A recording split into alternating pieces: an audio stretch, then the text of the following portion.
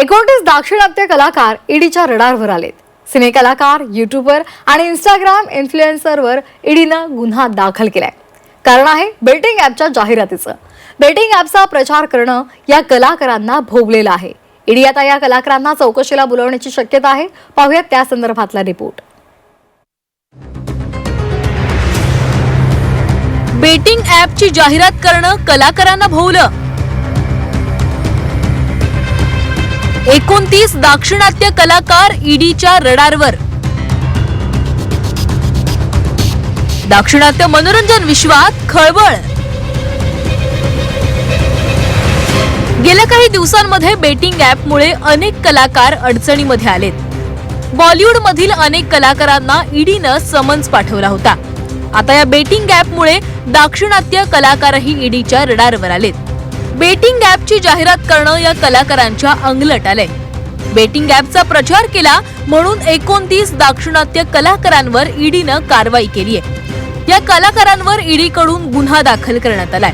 हैदराबाद मधील सायराबाद पोलिसांनी दाखल केलेल्या FIRच्या आधारे हा गुन्हा दाखल करण्यात आला. दाक्षिणात्य सिनेसृष्टीतील कलाकार, यूट्यूबर आणि इन्फ्लुएन्सर्सचा यामध्ये समावेश आहे. काही बड्या कलाकारांचीही नावं यामध्ये समोर आली आहेत. मियापूरमधील 32 वर्षीय व्यावसायिक फणींद्र शर्मा यांनी या संदर्भात तक्रार केली होती. सामान्य लोक कलाकारांची जाहिरात बघून पैसे गुंतवतात आणि त्यामुळे सामान्य नागरिकांना मोठा आर्थिक फटका बसतो. सर्वसामान्य आर्थिक संकटामध्ये सापडतात असा आरोप त्यांनी त्यांच्या तक्रारीमध्ये केला होता. आणि त्यानंतर सर्व कलाकारांवर माहिती व तंत्रज्ञान कायद्याअंतर्गत गुन्हा दाखल झाला. सेलिब्रिटींकडे डबल त्यांची जबाबदारी असते, कारण त्यांना लोक फॉलो करतात. आणि जेव्हा तुम्ही कॉन्फिडेंटली सांगता की तुम्ही खेळा, तुम्हाला पैसे मिळतील किंवा असं काहीतरी, तर तुम्हाला ते फॉलो करतात आणि त्यांचे हार्ड अर्न्ड पैसा जो असतो ते गमावतात. सगळी कलमा लागून तुम्हाला खूप वेळापुरता जेल होऊ शकते. म्हणजे इन्फ्लुएन्सर्सला सुद्धा आणि सेलिब्रिटीजला सुद्धा, जे कोणी या गेमला एंडोर्स करतं, ज्यामध्ये गॅम्बलिंग आहे, ज्याच्यामुळे लोक पैसे हारतात, त्यांना त्यांच्यावर हे कलम लागू होऊ शकतात. मनी लॉन्ड्रिंग आणि बेकायदेशीर सट्टेबाजी संदर्भात चौकशी सुरू आहे. तर ईडी या 29 कलाकारांनाही चौकशीला बोलावू शकते. यामध्ये अभिनेता राणा दग्गुबती, प्रकाश राज, विजय देवरकोंडा, अभिनेत्री मंचू लक्ष्मी, निधी अग्रवाल आणि अनन्या नागेला यांच्यासह बड्या सेलिब्रिटींचा समावेश आहे. बेटिंग ॲप प्रकरणी बॉलिवूड सेलिब्रिटी आधीपासूनच ईडीच्या रडारवर आहेत.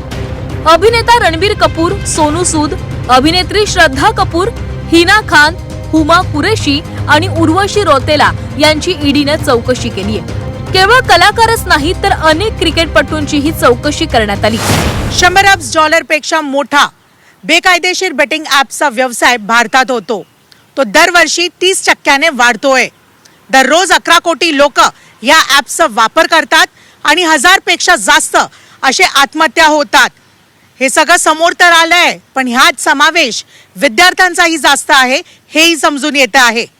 या ॲप्सच्या मोहात लोक अडकतात, लोकांची फसवणूक होते, त्यांचं आयुष्य उद्ध्वस्त होतो. आणि म्हणून या प्लॅटफॉर्म्सला जे प्रमोट करतात त्यांच्यावरती कठोरात कठोर अशी शिक्षा व्हावी हे गरजेचं आहे.